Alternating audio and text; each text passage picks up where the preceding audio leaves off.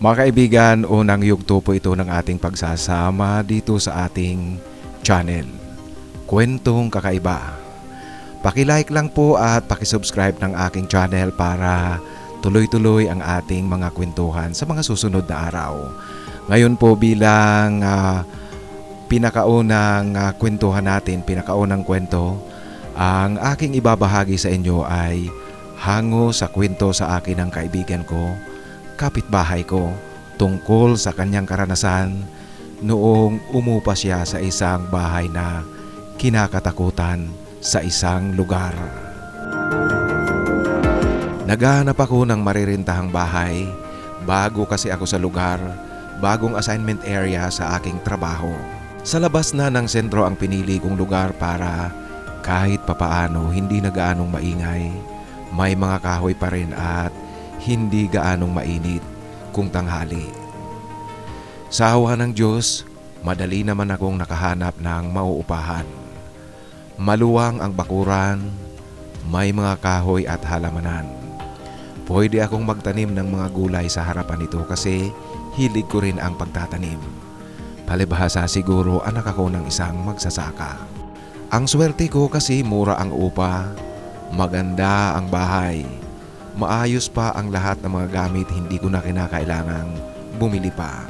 Halatang matagal na ring panahong walang nakatira sa bahay na ito. Pero malinis ito kasi merong caretaker na nangangalaga.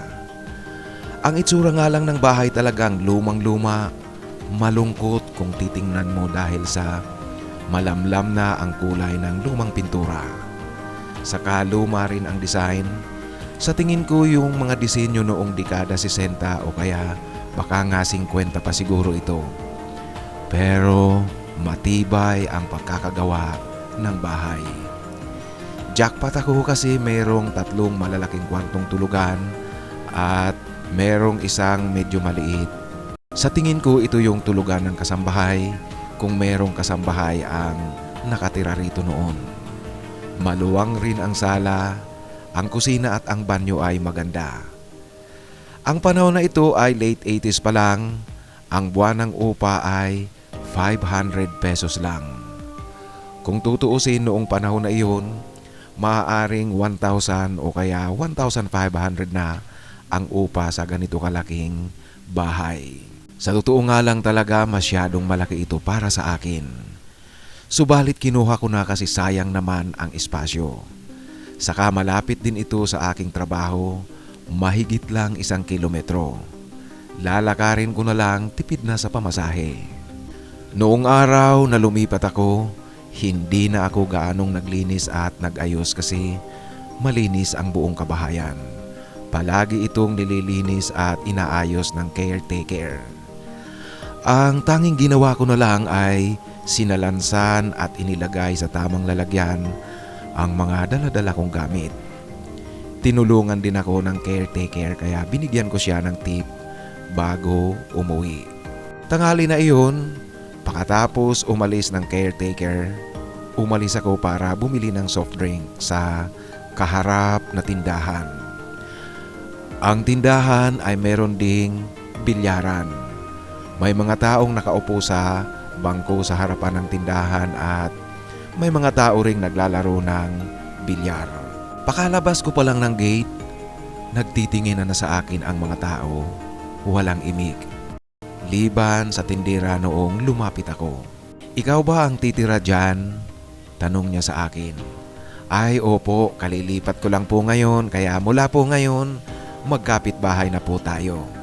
Ako po pala si Jeffrey. Yan ang wika ko at pagpapakilala ko sa mga tao roon at sa tindera. Ang weirdo kasi, habang nagsasalita ako, nagtitinginan sa akin ang mga tao, maging ang mga naglalaro ng bilyar, wala silang imik, tumingin sa akin. Matapos na maiabot sa akin ang binili kong soft drink at sigarilyo, umalis na ako. Ang weirdo pala ng mga tao rito. Kung makatingin, akala mo may nakitang multo. Pagbalik ko ng bahay, excited akong magluto. Kinakailangang masarap ang ulam na kakainin ko kasi unang pananghalian ko ito dito sa bahay. Habang nagagayat ako ng mga kailangan kong lulutuin, meron akong narinig na naglalakad sa may sala ng bahay. Malinaw na malinaw sa pandinig ko na merong tao sa loob ng bahay.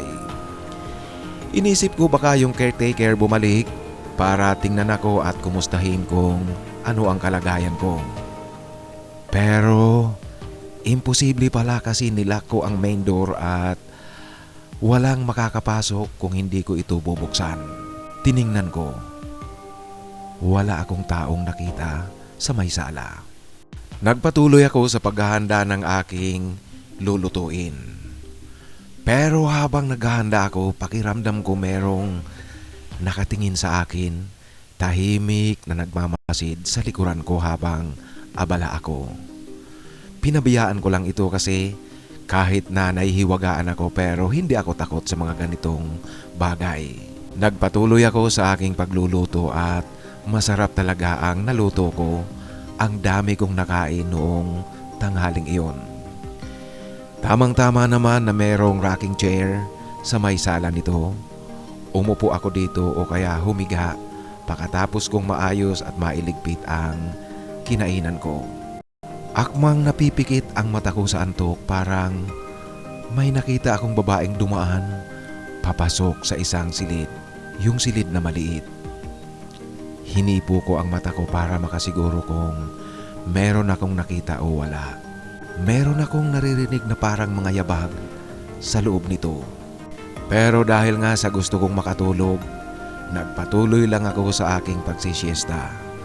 Nakatulog nga ako ng mahimbing noong tanghaling iyon. Pero nagising ako dahil sa isang panaginip. Nananaginip ako na nakahiga dito sa tungga-tunggang upuan o kaya yung rocking chair. Mayroong babaeng nakatayo sa tabi ko, nakatitig sa akin, umiiyak.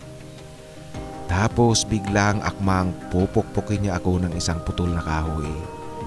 Napasigaw ako at biglang napatayo. Doon na ako nagising sa aking panaginip. Sa aking pagkakagising, hinihipo-hipo ko ang aking mga mata at ramdam na ramdam ko rin ang mabilis na paghinga ko dahil sa panaginip na iyon. Alam niyo po, mag-aalas 3 pa lang iyon ng hapon. Kahit na alam kong panaginip lang iyon, naisip kong pumasok sa bawat silid ng bahay para tingnan. Ang nakapagtataka sa dulong kwarto, yung maliit na kwarto na tila mayroon akong nakitang babaeng pumasok. May isang tsinelas na pambabaeng nakakalat sa sahig. Wala ito kanina. Siguradong sigurado ako kasi ako ang pumasok dito at nag-ayos ng kaunti. Pagkatapos kong ayusin ng kaunti, sinarado ko ang pintuan. Wala nang pumasok doon. Yung caretaker, sigurado akong hindi siya pumasok sa silid na iyon. Alam niyo po, natatawa ako pero nahihiwagaan. Noong gabi, unang gabi ko rito, pinailaw ko ang lahat na ilaw sa labas at loob ng bahay para magmukhang buhay na buhay ang buong kabahayan makalipas ang mahabang panahon. Pero noong matutulog na ako, pinatay ko ang lahat na ilaw sa loob ng bahay. Ang naiwan na lang na nakabukas ay ang mga ilaw sa labas. Matapos kong patayin ang lahat na ilaw sa loob ng bahay, madilim na madilim talaga. Ang disenyo kasi ng bahay, yung lumang-lumang disenyo, madilim kung walang ilaw sa loob kahit na tanghaling tapat, kaya kinakailangan mo talagang magpailaw. Ilang saglit matapos akong mahiga sa aking tulugan, mayroon na naman akong mga yabag na naririnig sa may sala. Tapos narinig ko rin na hinila ang isang upuang bakal sa may terasa sa labas. Alam niyo po, mabigat ang upuang iyon. Inisip ko nga na baka naitulak lang ng aso kung merong asong galang pumasok sa bakuran. Pero imposible kasi mabigat ang upuang bakal na iyon. Dahil nga sa nahihiwagaan ako, lumabas ako ng silid. Binuksan ko ang mga ilaw sa buong bahay. wala namang tao. Yung mga pinto at bintana ay nakalak lahat. Siniguro ko, tiningnan at nakalak nga ang mga ito. Kaya imposibleng merong makapasok kung merong mang magnanakaw na magtatangkang pumasok sa bahay. Ilang sandali akong nagmatyag, nanigarilyo muna sa may sala. At noong muli akong dinalaw ng antok, hindi ko na pinatay ang mga ilaw sa loob ng bahay, liban na lang yung ilaw sa silid kung saan ako matutulog. Mahimbing akong nakatulog noong gabing iyon, pero sa gitna ng aking pagtulog, muli na naman akong nananaginip. Ang isang kakaiba na pangyayari sa panaginip na iyon ay yung babaeng nakita ko sa aking panaginip noong hapon. Iyon na naman ang napapanaginipan ko. Nakatingin siya sa akin, umiiyak. Noong sumunod na gabi, dahil duda rin ako na baka may ibang taong sumusubok na pumasok sa bahay, sa aking pagtulog, 2 ilaw na lang sa labas ng bahay ang binuksan ko. Kaya may mga sulok na madilim ng kaunti sa labas ng bahay. Yung mga ilaw sa loob ng bahay, lahat ko iyon pinatay. Nakabukas ang mga kortina ng bintana. Kung merong tao sa labas, kitang-kita ko sila, pero ako hindi makikita ng tao mula sa labas kasi parang one-way glass na ang itsura nito. Sa aking pagtulog, napanaginipan ko na naman muli ang babaeng 2 beses na nagpakita sa aking panaginip. Nung tanghali, kagabi at ngayong pangalawang gabi. Gaya ng mga nauna, ang babae ay nakaharap sa akin at nakatingin. Pero sa pangalawang gabing ito, nasa labas na siya ng bahay, nakasilip lang sa akin mula sa may bintana. Nang magising ako dahil nga sa medyo nahihiwagaan ako sa pangyayaring iyon, isinara ko ang kurtina ng bintana. Pero hindi ako matakutin at hindi rin ako takot sa mga multo o maligno. Kaya relax lang ako sa kababalaghang itong nagaganap dito sa loob ng bahay. Subalit ang malaking katanungan sa akin ay ang panaginip ko. Bakit ba laging ang babaeng iyon paulit-ulit na nagpapakita sa akin sa aking panaginip? Hindi karaniwan ito kasi sa ating mga panaginip, iba't ibang panaginip, iba't ibang tao ang ating napapanaginipan. Bakit ang babaeng ito ay paulit-ulit na lumalabas sa aking panaginip? Ito ang mga tanong na namumuo sa isip ko. Yung buong unang linggo sa bahay, laging ganoon ang mga kababalaghang aking nararanasan. May mga naririnig akong mga yabag, iba't ibang kaliskis, iba't ibang tunog. Minsan naman, yung mga aso ng kapitbahay ko, umaalulong sa hating gabi o kaya madaling araw. Dahil nga sa gabi-gabi na lang merong mga kakaiba akong nararanasan, hindi na talaga ako nakatiis. Tumambay ako sa kaharap na tindahan at nakipagkwentuhan sa mga tao rito. Mga kapitbahay, may itatanong lang po ako sa inyo. Meron bang babaeng tumira sa bahay na inuupahan ko? Yung ganito ang itsura.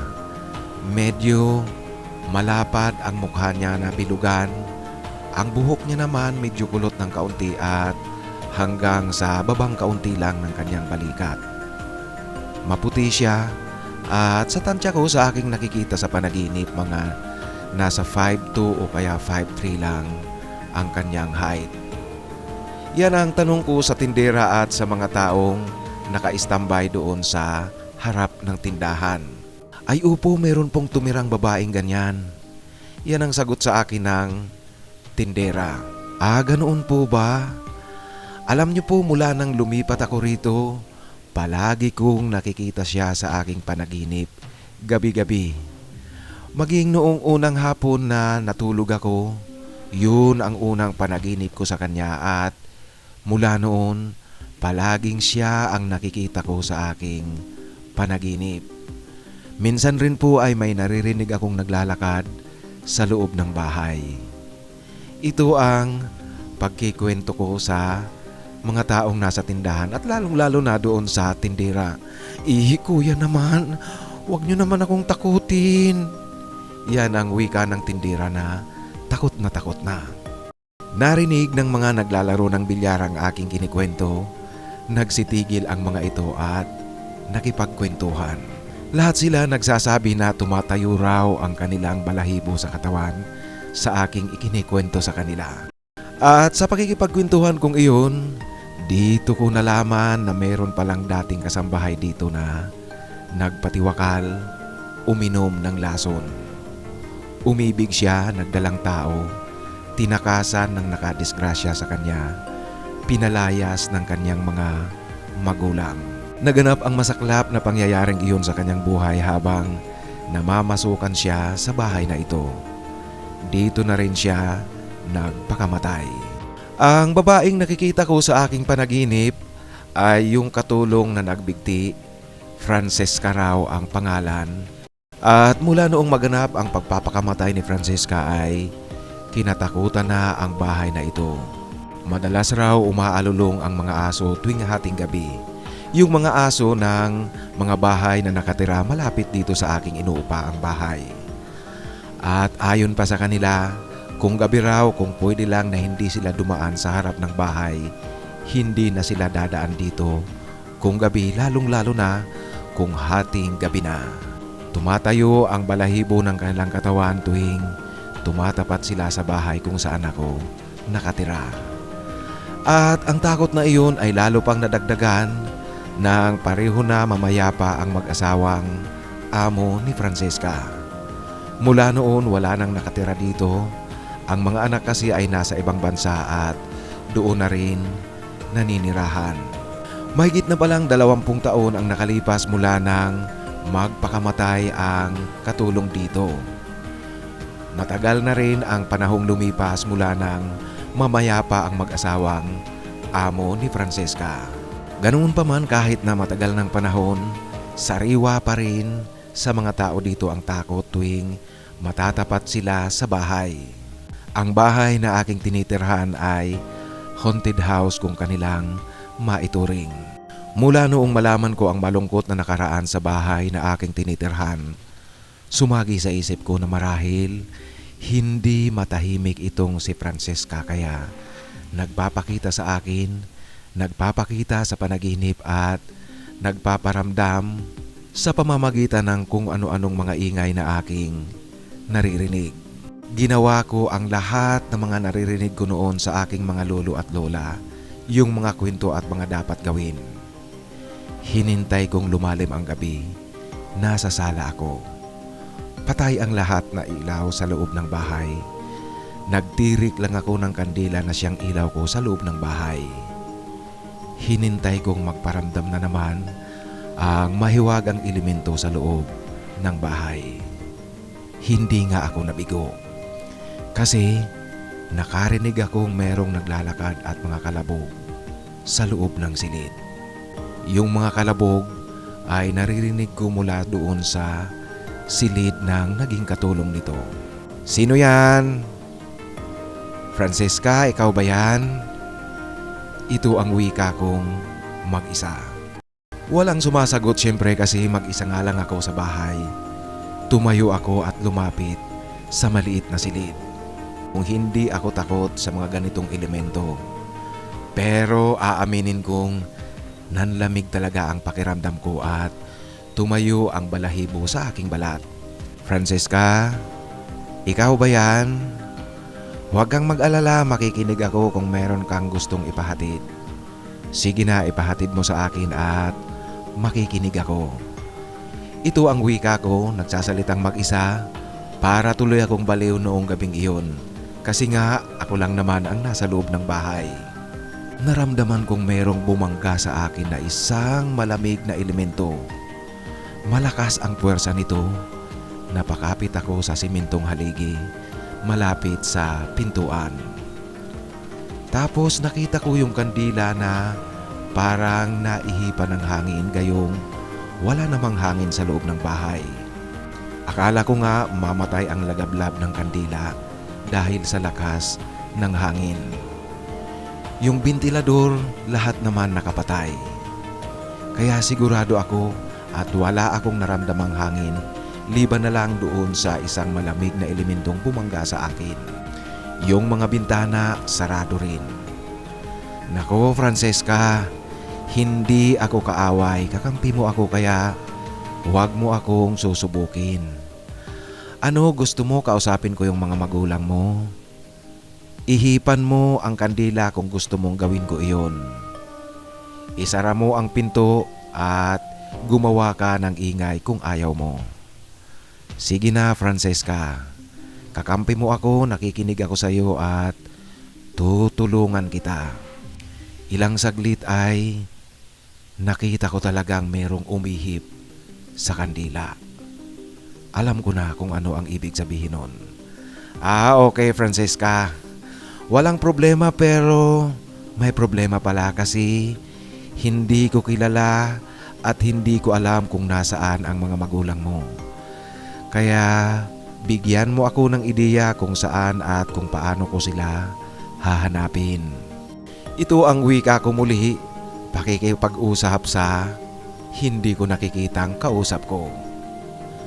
Ilang saglit ay biglang sumagi sa isip ko ang caretaker nitong bahay. Tama.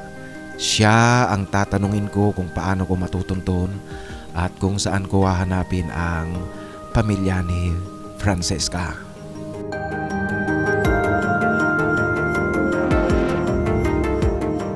Hindi ako nagkamali kasi alam talaga ng caretaker kung taga saan ang nagpakamatay na si Francesca. Kaya nabuo na sa isip ko na hanapin at puntahan ko ang mga ito. Magmumukha akong baliw kung pupunta akong mag-isa doon sa lugar. Hindi ko kilala ang mga magulang ni Francesca. At isa pa baka isipin ng mga iyon, ako yung lalaking nakadisgrasya kay Francesca kahit na batang-bata pa. Kaya mas minabuti ko na isama ang caretaker papunta doon sa mga magulang ni Francesca. Madali naming natuntun ang lugar, madali naming natuntun ang pamilya ng nagpakamatay na si Francesca. Matatanda na ang kanyang mga magulang dahil nga matagal ng panahon na nangyari ang malungkot na bahaging iyon ng buhay ni Francesca. Ganoon pa man, malakas pa rin at masigla ang mga magulang ni Francesca. Nagpakilala kami ng caretaker at natatandaan rin pala nila ang amo ni Francesca. Tatay, nanay, ang anak niyo po ba ay ganito ang itsura?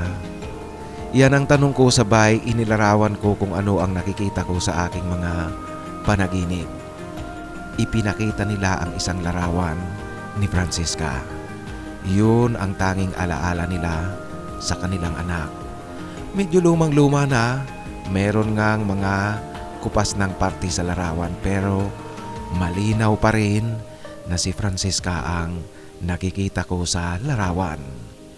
Kinilabutan ako ng kaunti kasi eksaktong-eksakto. Ito ang babaeng nagpapakita sa akin sa panaginip. Ang anak ng dalawang matanda ay nakatira rin sa tabi ng kanilang tinitirhan, kaya ipinatawag ko, may edad na rin ang mga ito at malalaki na ang mga anak. Meron ng apo sa tuhod ang dalawang matanda. Noong pareho na nasa harapan ko ang kanilang anak at ang ilang apo, nag-umpisa na akong magkwento. Alam niyo po nanay, tatay, sa tingin ko hanggang ngayon hindi natatahimik si Francesca. Bit-bit niya ang galit niyo dahil sa nangyari sa kanya. Siguro tatay hanggang ngayon hindi niyo pa rin napapatawad ang anak niyo at wari ko'y hindi siya natatahimik. Yan ang wika ko sa kanila. Biglang umiyak ang dalawang matanda maging ang kapatid ni Francesca. Alam niyo, napatawad na namin ang anak namin at nagsisisi na rin kami kasi yung ginawa namin, natural yun. Bugso lang ng pakiramdam ng isang magulang sa malungkot na nangyari sa anak. Pero hindi namin akalaing gagawin iyon ng anak namin na magpapakamatay siya. Yan ang wika sa akin ng matanda, yung nanay ni Francesca. Maging ang kanyang kapatid na babae na naroon ay umiiyak rin. Dahil nga sa aking mga sinasabi sa aking mga panaginip na nakikita ko, hindi kami nag-abala. Pinuntahan namin ang libingan ni Francesca doon sa bayan na iyon. Matataas ang mga damo ng sementeryo palibhasa, liblib na lugar, ang lugar ni na Francesca. Dahil nga sa maraming damo ang puntod, nilinis naming bahagya iyon at makatapos naming malinis, nagtirik ng kandila ang mag-asawa. Kitang-kita kong nanunumbalik sa mga ito ang pangungulila nila sa kanilang anak, ang malungkot na sinapin nito at ang kanyang pagpapakamatay. Maging ang kapatid ni Francesca, umiiyak rin. Kinausap ng mag-asawa si Francesca sa kanyang puntod, humingi ng tawad ang mga ito, nag-alay ng dasal at kahit nga matagal ng panahon, umiyak talaga ang mag-asawa, lalong-lalo na ang ina ni Francesca. Noong medyo okay na ang pakiramdam ng mag-asawa at ang kapatid ni Francesca, muli silang nag-alay ng isa pang dasal bago kami umalis doon sa puntod ng namayapang si Francesca. Alam mo kuya, mula noong pumunta ang mag-asawa doon sa puntod ni Francesca, wala nang nagparamdam sa akin. Biglang parang naging maaliwalas ang pakiramdam ko sa bahay. Pero alam niyo po, merong magandang naidulot sa akin yung mga kakaibang nararamdaman ko noon sa bahay. Alam na natin pag nasa lungsod, iba't ibang klase ng tao ang nakatira at umaali-aligid sa paligid. Doon sa lugar na iyon, maraming mga nakawang nagaganap sa mga katatabing bahay o kalapit na bahay. Kung ilang sunod-sunod na insidente ng panluloob ng mga kawatan sa lungsod ang naganap. Pero doon sa bahay na aking inuupahan, walang naglalakas ng loob na pumasok sa gabi. Takot na takot ang mga tao rito. Maging ang mga kawatan, parang sa tingin ko, marami rin sa kanila ang takot sa multo kaya hindi nangangahas na pumasok kahit na sa bakuran lang noong bahay na aking inuupahan. Mapayapa akong nanirahan doon sa bahay na iyon, pero hanggang sa umalis ako palaging sinasabi sa akin ng mga kapitbahay ko na ang lakas raw ng loob kong tumira sa isang haunted house, yung bahay na pinapanirahan ng isang multo. Ngayon kuya, mahigit ng 30 taon ang nakaraan mula nang umalis ako doon. Hindi ko na alam kung kumusta na ang bahay, bininta ba ito ng may-ari, patuloy bang inaalagaan ng caretaker o kumusta na. Nung umalis kasi ako, walang pumalit sa aking nangungupahan doon. Ganoon pa man, sa akin na hindi takot sa mga ganyang elemento, malaking bagay ang tumira ka sa isang haunted house, lalong-lalo na sa lugar kung saan talamak ang krimen. Kasi ito talaga ang karanasan ko, ang dami-daming mga sanggano, ang dami-daming loko-loko, ang dami-dami sigurong mamamatay tao pero takot sa maligno at sa multo.